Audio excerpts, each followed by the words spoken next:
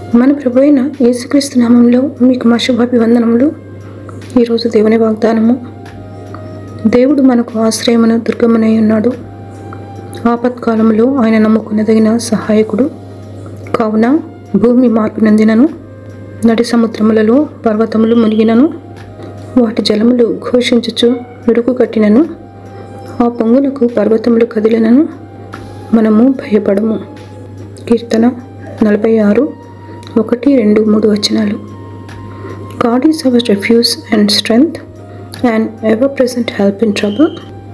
Therefore, we will not fear, though the earth gives way and the mountains fall into the heart of the sea, though its waters roar and foam, and the mountains quake with their surging. Psalm 46, verses 1, 2, and 3. ప్రార్థన.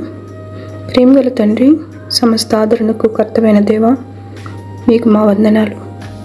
మా ప్రాణంలోకి నెమ్మది, ఆదరణ ఇస్తూ అన్ని వేళలా ధైర్యం ఇచ్చు మీ వాగ్దానములకై వందనాలు.